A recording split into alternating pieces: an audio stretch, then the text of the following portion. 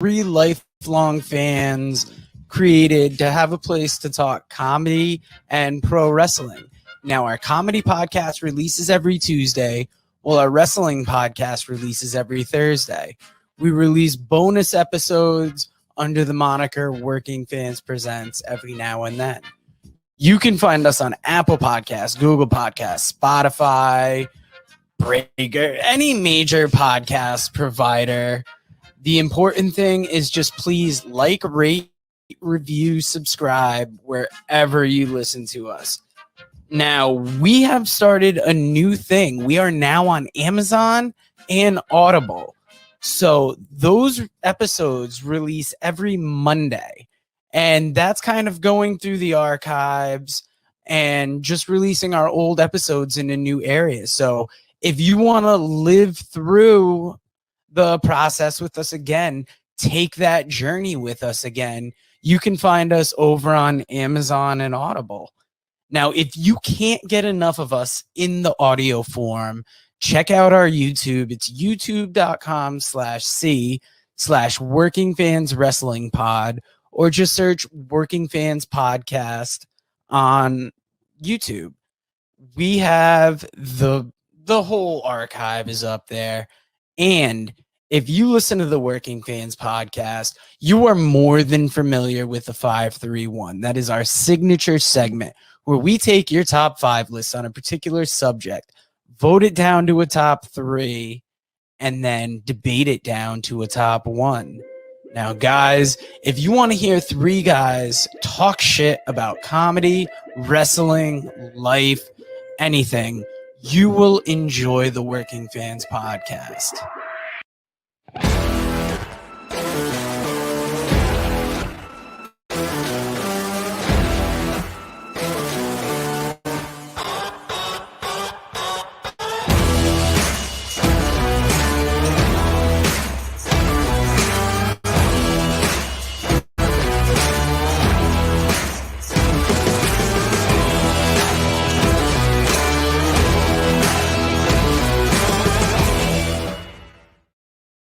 Fans, welcome back to Working Fans Saturday, episode 36.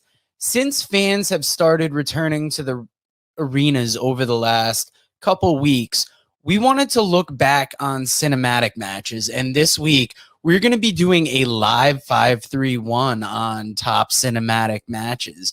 Now, I will be joined shortly by the man they call Dave and AJ Strangebrew. Before the show starts, please share, tweet, retweet, do whatever you do to get the word out. But before I bring the guys in, I'm going to play a couple of commercials from our podcast home, our podcast family, The Buzz. We wouldn't have been able to make it to 36 episodes without these guys. And if you like our show, you're going to love RSH, Josh DeBoard, Chuck Winchester. You're going to love Between the Pipes with Archie Spagnolo. You're going to love the whole gamut of shows. But here's where to find them and how to get in touch with them.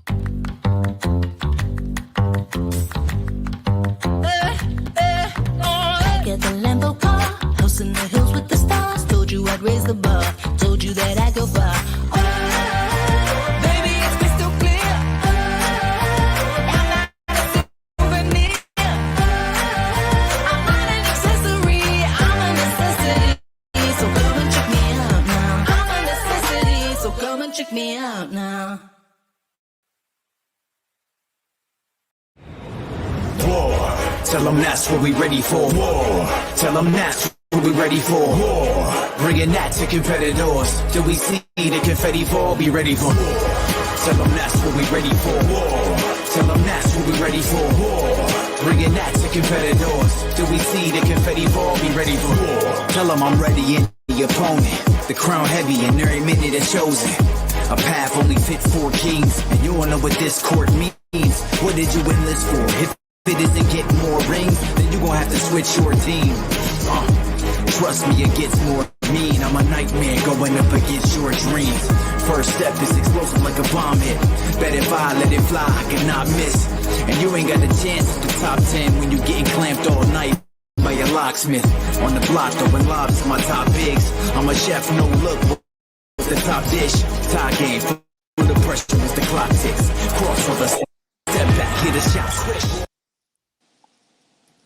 Fellas, how are we doing today? Back for Working Fan Saturday. Everybody's in the house. I feel like I just saw you. What is up?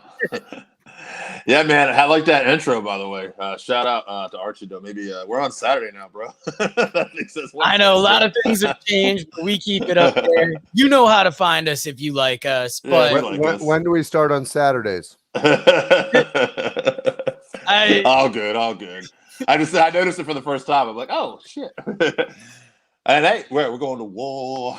Hey, Joe even got a haircut for this shit. So oh yeah. Yeah. Now, before we jump into today's topic, because it is hot as hell outside. Mm. Another thing that was hot as hell was ROH Best in the World 2021.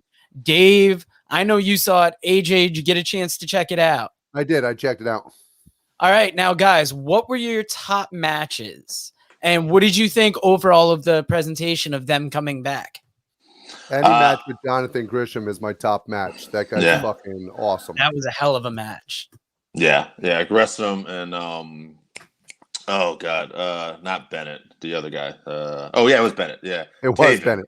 Yeah, Taven. Well, Bennett and Taven are almost interchangeable to me. But Yeah, you guys like Taven with the That's beard. that's what his wife says. Hey, yeah, I was really happy Bandito won the title, and I was also happy. I was telling Joe off air that like Homicide gets another run with a belt in Ring of Honor with Chris Dickinson. So to me, those were some of the highlights. Yeah, one thing I was gonna say with Joe, like I wish they had more fans there. I feel like part of that was just the Maryland Athletic Commission being a little behind and everybody not really like the Maryland, that Baltimore, Maryland freaking Athletic Commission. Remember what they did to Luger?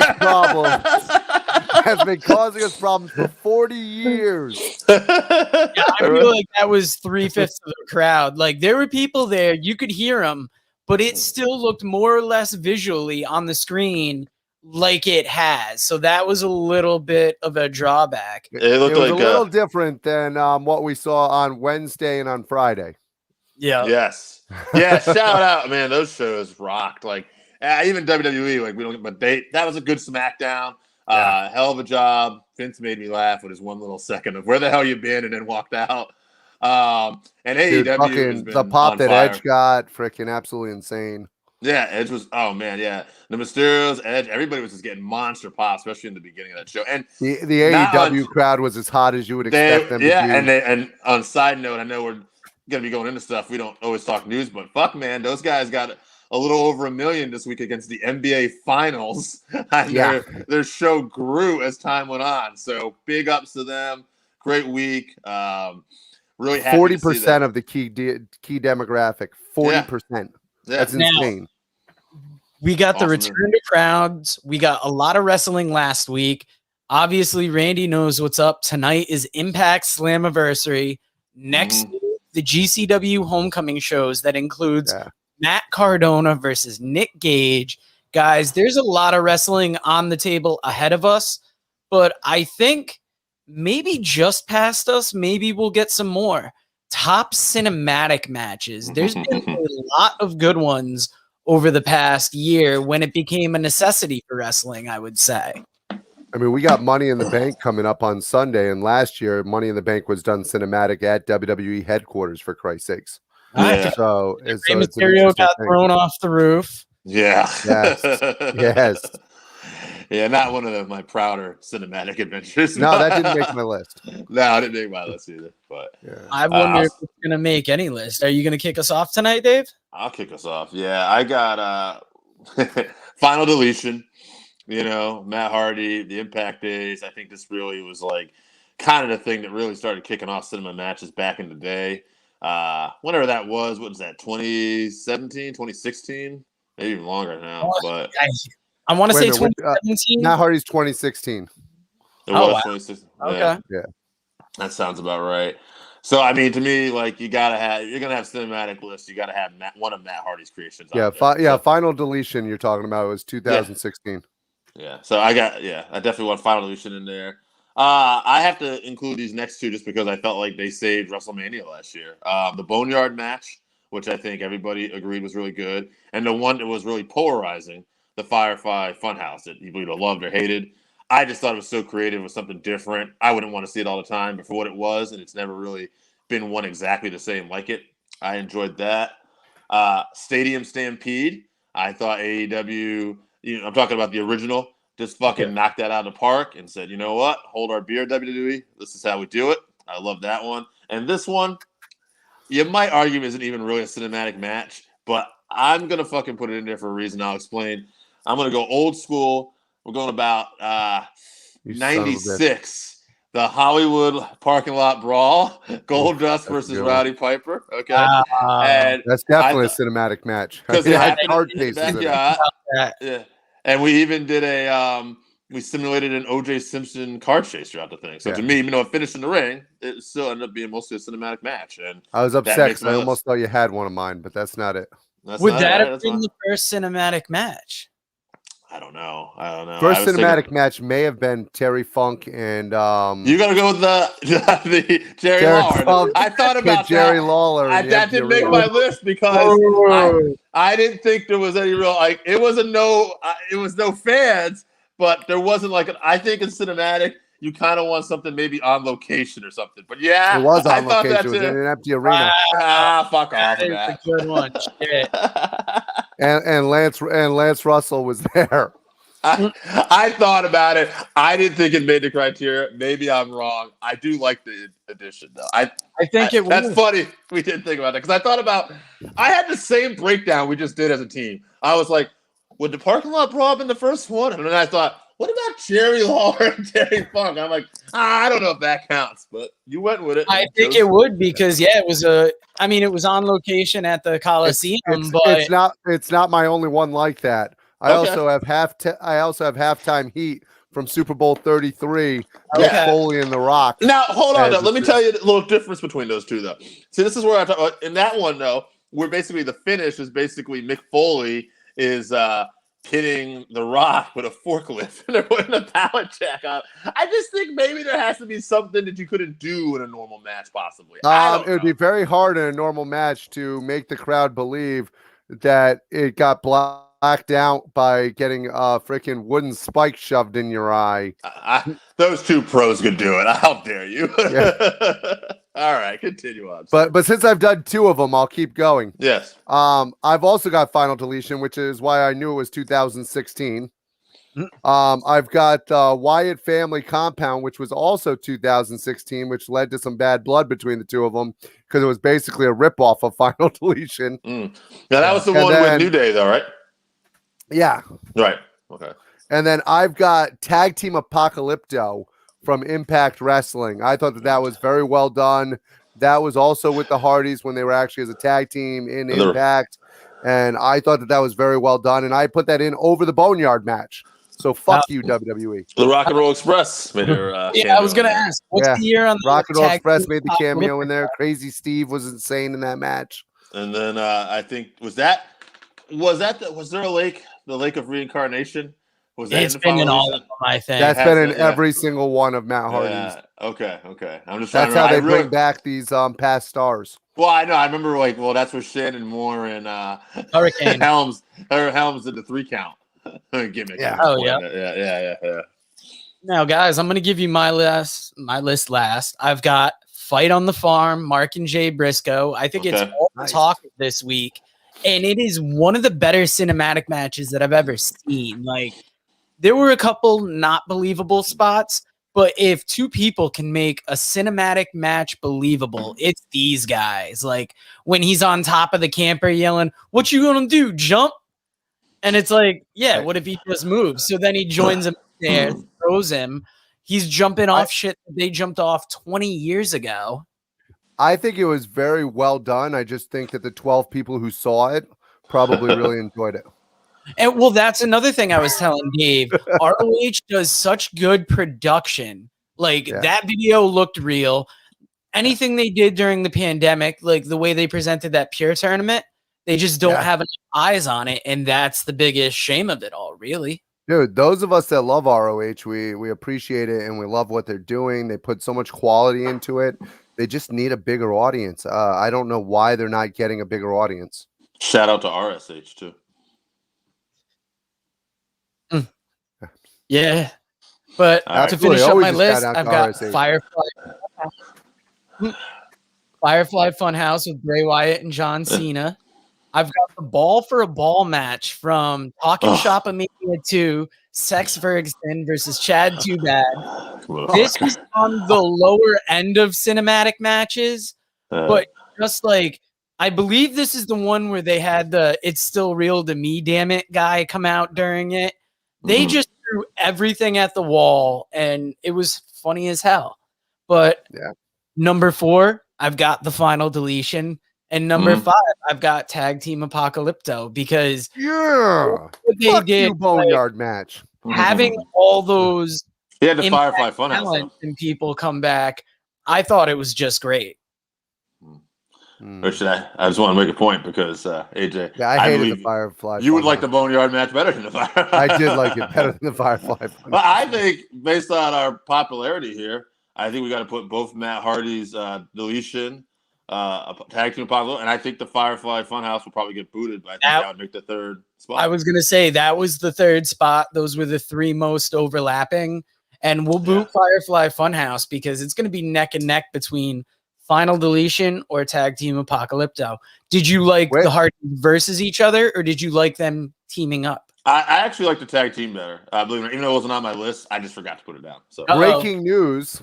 Oh, Jesus Christ. Tag Team Apocalypto, much better. Yeah, I like that there's more cameos and stuff in that one. That's what I enjoy. That's right. I brought props. And seeing the Rock and Roll Express, I think that was early on when they were kind of like returning to the major spotlight before they hit like the New Japan shows and things like that. Those kids have a future. Now, guys, now that we got more minutes, what's got you excited in wrestling for Slammiversary? Man, I'm very curious to see who Deonna Purrazzo's opponent's going to end up being. I mean, these mystery ones are good. They kind of hinted at Chelsea Green, but they've also hinted at Chelsea Green being in the Matt Cardona's tag partner, right? Which would make more sense. So that's got me excited. You know, what's going to happen with Omega and Callahan too? Like, I kind of feel like the Omega Impact, AEW Impact relationship is kind of on its way out a little bit. I could be wrong, but there doesn't seem to be as much mention or focus on this. So it does kind of make me wonder, does Sammy win the title tonight? I think he is. I think he's going over. But in doing that, I think that means that we're probably not going to see much more of Omega in Impact because I don't think I'm all right with because I actually like his character more in AEW than I do in Impact. But you know what's funny about that though? We don't have Kenny working in front of fans too, though. That's part of the appeal of Kenny. By the way, and I know you asked about Slammiversary, but AJ's got me rolling here a little bit off topic. Omega. Let's talk about AEW just for a second. I want to bring something up because I like it, and when I like something, I want to talk about it. So, all right, AEW Dynamite, fucking Kenny Omega and Hangman Page. First off, best storyline I've seen in a long, long time in any promotion. Like this idea of this guy with his self-esteem struggles and finding, it's like they've almost been drawing this out for over a year, and it's almost so fucking wholesome. But it's still like it still connects everybody. Like this group of misfits he finds who support him, who I would have thought get the fuck away from the Dark Order. But now I'm like, all right, I love all these guys. And like the crowd is so into it. This was the closest he's ever come to saying that he's a part of the Black Order. I mean, the Dark Order. Yeah, sorry. The Dark Order. And like Omega, such a great shit heel. I popped for that line where he's like, they're not going to be saying cowboy shit. They're going to be saying belt collector, which is so hard to say. And it was so ridiculous and it was funny. But I just found myself rooting for Hangman and like, I'm so excited about this, and AEW did such a good job. So to AJ's point, I'm a bigger fan of Omega. I'll tie this all up in AEW. I like what they're doing, and for that reason, maybe it's time to end the AEW Impact relationship, at least in terms of Omega. I'm not saying you can't have a little crossover from here to there, but maybe Omega needs to be back on AEW It's more. done what it was supposed to do. It gave Omega a chance to say, yeah, I'm the belt collector. I got all these belts. And then it also put eyes on Impact. So it did what it was supposed to do, but it's not something for the long term. In fact, I'd really love it tonight if we get a Hangman Page run-in, and Hangman Page actually evens the odds, and that's maybe what causes Callahan to win the title. That fucking crowd, I don't know where they are tonight, but they will blow the hell up, especially you play that Hangman Page fucking music. Oh, man, I'm telling you right now. Wait a minute, are you guys watching this tonight? Live? We do not know yet. I do not know yet. Up there. Good. I'm going to put you guys. I'm going to put you guys in on this right now. If you come up with a plan and you're watching this live, I will come down and watch this motherfucking show with you guys. I will get done with the NEW show tonight. I will get done with the live shows that I'm watching tonight, and I will come down and watch this show live and in Technicolor. We'll put the band back together, and we'll watch this live together. Well, you'll be getting a late invite from me. We'll find out. Game time decision, baby. Game time decision. Personal life. Oh, Randy asking. Randy's in too. Dude, Randy can come down. We can all four of us sit down and watch this. Dave, what do you have going on that could possibly be better than this?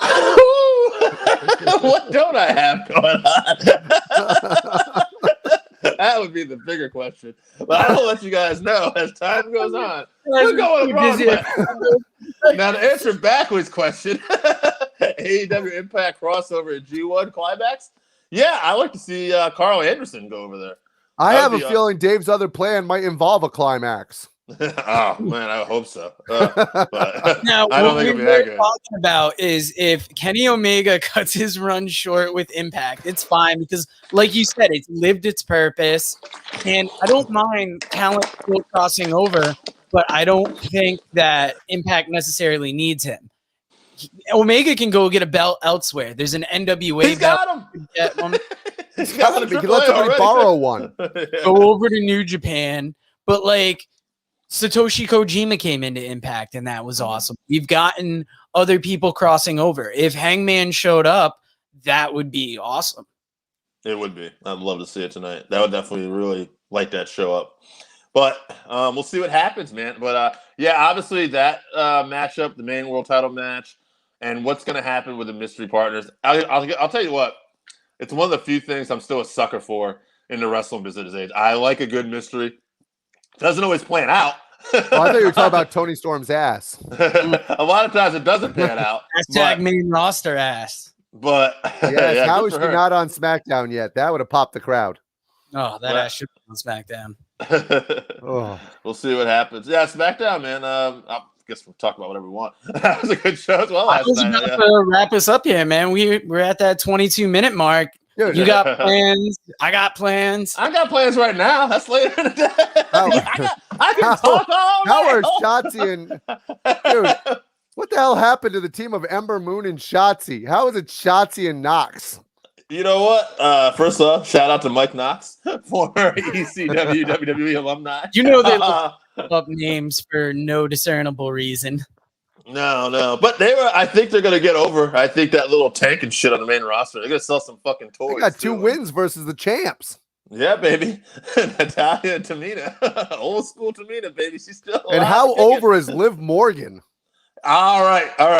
There you go. Glad you said that. So I will say this: I've been watching SmackDown, but the last few weeks I've been busy. I haven't been able to concentrate on everything, and I've noticed the progression of Liv. But I didn't really get to see all of her segments. So last night I watched her stuff, and I gotta say, one, she showed a lot of fire in her offense, which I appreciate. I'm like, oh, okay, Liv, I'm watching what you're doing here. And two, yeah, that crowd fucking reacted to Liv. So for those who don't follow WWE and don't know, and you remember Liv Morgan is kind of like this background player, she might be stepping out. I was impressed with her fire, and the crowd seems to be reacting. She is so much better than Carmella. Carmella's trash. Dude, I will say that, but Carmella does do all right as a heel in the big match situation. She's done okay. She does, and she does well with her talk, but just watching her work is just, oh my God. But I'll tell you one thing I noticed too, and it's so. I'll draw the AEW comparison too, and this isn't in a negative or a positive, but WWE, right? Bianca Belair, she has a star quality about her in her look, her presentation. Same thing with performance. Britt Baker. Hold on, let me finish. But Oh, Britt sorry. Baker,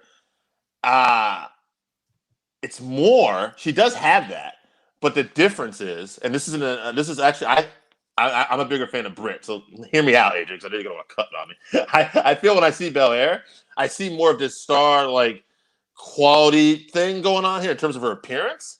But with Britt Baker, it's when she starts cutting that fucking promo on the mic, and when she starts the way she's moving around, and everything like that. It's like it's a different thing. Like Britt Baker to me is like, oh, okay. When this bitch starts talking, she's fucking money, and she's gonna start drawing people in and everything. With Belair, it's more, and she's a great man. If we ever did interpromotional stuff, that would be a match I think the fucking crowd would eat up and love, and I would just talk about having that it factor.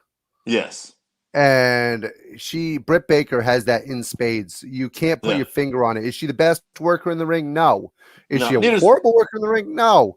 She's improved greatly, but she has something that just connects with everybody. Even that thing she does with her hand with the DMD, exactly, Daniel. The crowd just wants to fucking chant along with it. And actually, segue to episode coming up this week on the 531, where we talk about heels who got cheered. She might be one of them. She's kind of one of them, right? Yeah, she was fucking really over this week on Dynamite, where that crowd really wanted. So who's winning Money in the they Bank? did a similar thing with her to what they did with The Rock, where they tried to shove her down our throats as a white meat baby face when she first came in, and she wasn't necessarily getting over with the crowd. Then she does this heel turn, and she's freaking just killing it. Yeah, she really is. And to answer Randy's question, I'm actually going to lean towards Liv Morgan. I thought that she's the one who seemed to be getting behind the big push right now. We'll see, though. She's also, they still have managed to portray her as the underdog, even though she's getting this push. Right. Yeah. That's what's kind of unique about it. So I would not be surprised if she gets it at all. Yeah. Hats off to the creative team on SmackDown for that. Because SmackDown's creative team is so much better than Raw. I think we can agree that Raw was almost straight garbage again this week. Yeah. It was funny. I did like to see the fire from Lashley, though.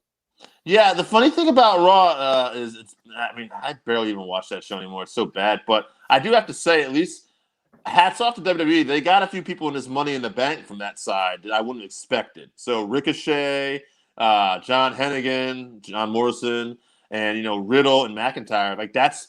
You couldn't really ask for a better four on that side. Combining that with the people you're going to have on SmackDown, which I believe are Kevin Owens, Big E, Seth Rollins, and I believe there's one more I'm forgetting, but god damn, that's going to be a hell of a ladder match. Guys, hold on 1 second.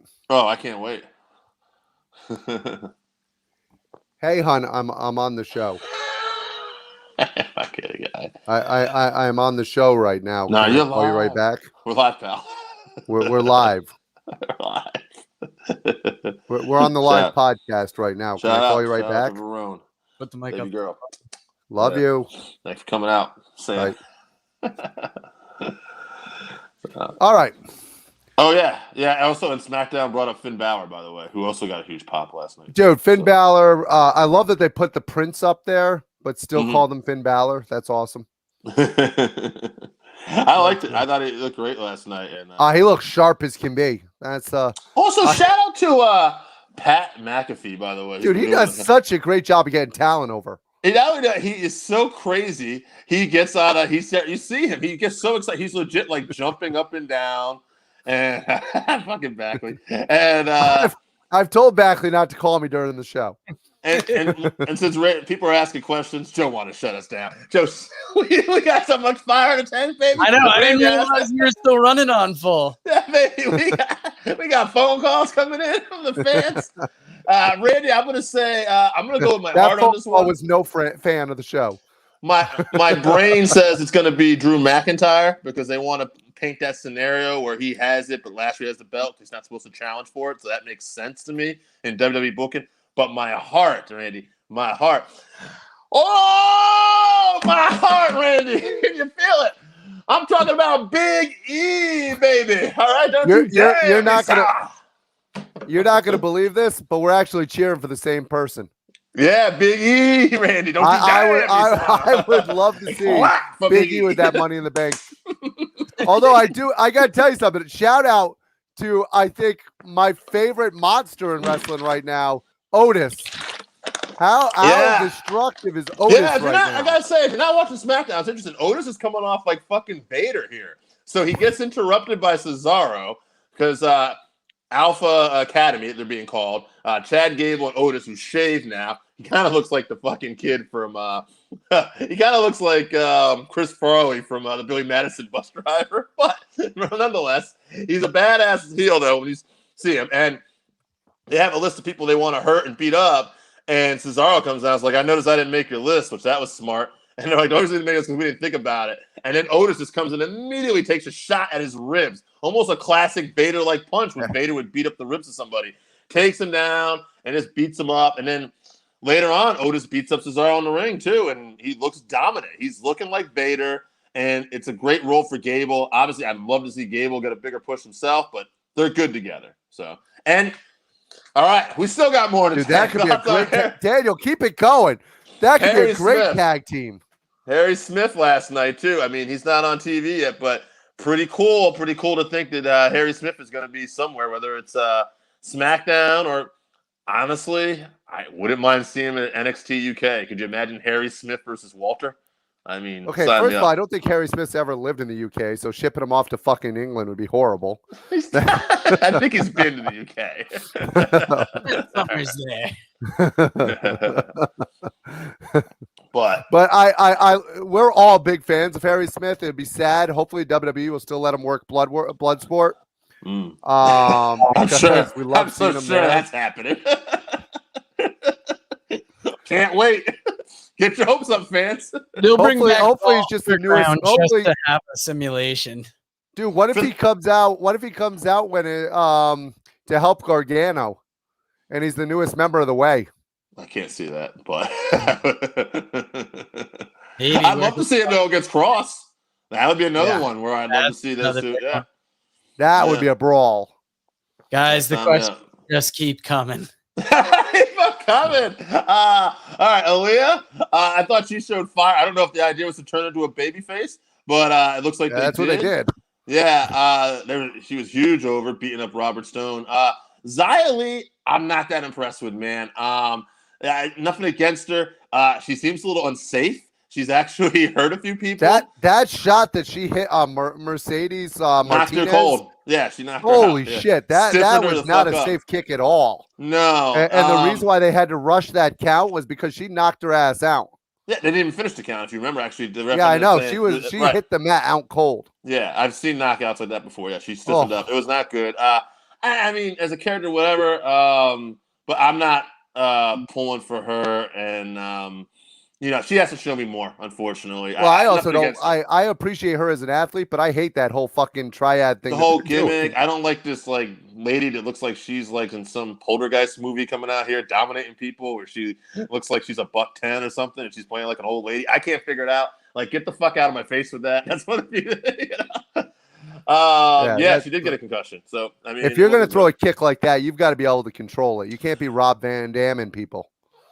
So actually, speaking of kicks like that, Randy, I like the Diamond Mine. Roger Strong looking great. Stokey Hathaway is their mouthpiece. That's awesome. Dude, I love the whole thing. The Diamond Mine is just straight gold. And since we got a little more fire in the tank, speaking of kicks, all right, my man Tommy N / Malachi Black, those fucking kicks he hit on Iron Anderson and Cody Rhodes 2 weeks ago, amazing. The way it should be. They look fucking like they kill you, but nobody got hurt.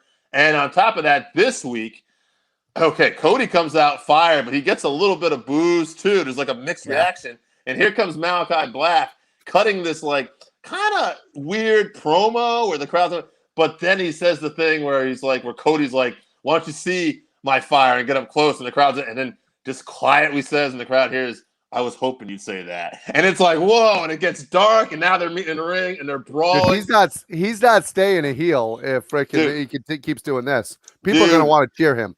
Let me tell you something. So Selena Vega goes back to WWE. I already forgot the bitch was even there. It was that big a deal. Yeah. All right. And Andrade and so we're not just putting everything over AEW. I think he's been fine, but nothing blow away. I'm not like, oh my God, Andrade's there. I was, Dude, but now Vicky I'm like, Guerrero's not doing what Zelina Vega did for him. That's no, not at all.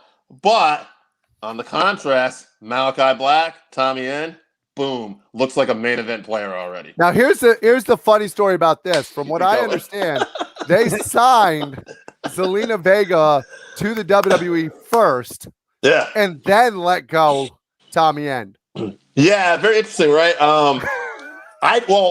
It's funny too, though. But the reports came out they were going to try to re-sign Tommy N because they realized they had built him up, and they didn't realize his contract was only a 30 day. Yeah, he was under an NXT contract. So he actually got a bunch of videos building him up. He even kicked the head off of Big E in the main event, and then now he's in AEW a month later. Like you couldn't have asked. Almost like thanks WWE. He also had this was a very big fuck up. badass T-shirt design just before he left that looked like a heavy metal band that or those fans of his would be drawn in for that. I almost bought one. And there's a video on YouTube that he had put out where it almost documents the transformation to Malachi Black, where he's in this like insane asylum. And I want to say the guy's name is Josiah Williams. He does a lot of like songs for NXT back in the day. I think he was recently let go, but he's also done music for Sean Spears at AEW. And he loves to add lyrics to songs. Like whatever Ricochet's theme is in WWE, he's added lyrics to it. Talented guy. He's in there. He's the guy that Black goes after. And there's someone. But anyway, it's good stuff. Malachi Black has really set the tone for things. I got to give credit to Excalibur, too. I don't usually give him credit on the on his talk, but when Tommy M is doing all this stuff, he actually comes out and says, this is not the guy that I have been working against. I have wrestled this man. I have worked with this man. This Malachi Black is not the Tommy N that I know. He did a great job of putting it over. And to our boy Randy Oscar, Samoa Joe oh my God, and Cross. Yeah, let's talk about it, baby. Let's keep the topics coming all night long. So, all right. First off, they've been teasing Samoa Joe and everybody. Samoa Joe and Pete Dunne, Samoa Joe and Cross, and there's someone else I'm forgetting too. But Adam Cole, baby. Right. And it's like they've been building up Joe, and we don't know if Joe's cleared, but my God, he better be cleared because how much do I want to see Joe versus Cross after this happened? Oh my God, but he's built up to work with everybody. Yeah, the way they've done it, though, even the bump Joe had to take, it wasn't an impact bump, so you don't know. Yeah. They've done it so perfectly where I'm like, can Joe wrestle? God, I hope so, because I really want to see Samoa Joe versus Karrion Kross right now. Joe, what was that last thing back we said? I need to know. It was just talking about the video in the psych ward. Psych ward. I was ready to jump on it, baby. Don't I'm sitting here. I'm like, I don't remember Joe doing a video with the psych ward. Dude, the way that they've built Joe up now, they've built him up as the badass that he's always been without him coming into contact. And I am chopping at the bit for all of those matches. Him versus Pete Dunne. Yeah. If you don't love Pete Dunne, you don't love wrestling. Yeah, sign me up. I feel like Ric Flair right now. Don't you cut me off. All right, we're just getting started, baby. Oh my Tell your wife to call back. We're doing a Broadway. I would love to see Pete Dunne versus the Diamond Mine. Give me freaking Roddy versus Pete Dunne any day of the week. Dude, there's so many good matches. I was actually thinking, I really wish that they would lend main roster talent to NXT a little more, just for an occasional dream match to build over a takeover. Could you imagine if we got like Mysterio versus Kushida, or just something like that? I mean, just like throw in a few matches like that. Well, even to refresh them. How much did it refresh freaking Finn Balor to go down there and work the matches that he worked? And now come back the way he's come back. How much better did Mandy Rose seem in a different role? How much did she seem like right away? Like, okay, where are we going with this now? Oh, she looked great because she wasn't wrestling. She's put in some effort too. Shout out to Mandy Rose. Oh, there you go. Yeah, I like Mandy Rose. Damn right, Bagley. How much you, baby? Dude, everybody likes Mandy Rose. Nobody doesn't want to see Mandy Rose. She's put the work in. I would rather see her than her freaking former tag team partner any day of the week, but she's staying up on the main roster. Yeah, I know. Yeah. But Dana Brooke. Shout out to Dana Brooke. All right, guys. I think maybe we have ran almost 40 minutes now. So Joe, you First of all, anytime you get down to Dana Brooke, you've run through everything. Hey, all right, come on. All right, I think we Well, I should was just talking about the guy she's dated. I've seen that guy. We will talk Anyway. to you guys next week about what are we doing? Biggest Big E. baby at a big mood? We can do that. Wait a minute, let's talk biggest. We're not talking about Dave Bautista, are we? about Dave Bautista. All right, guys. We will talk to you next week. We got something. Later.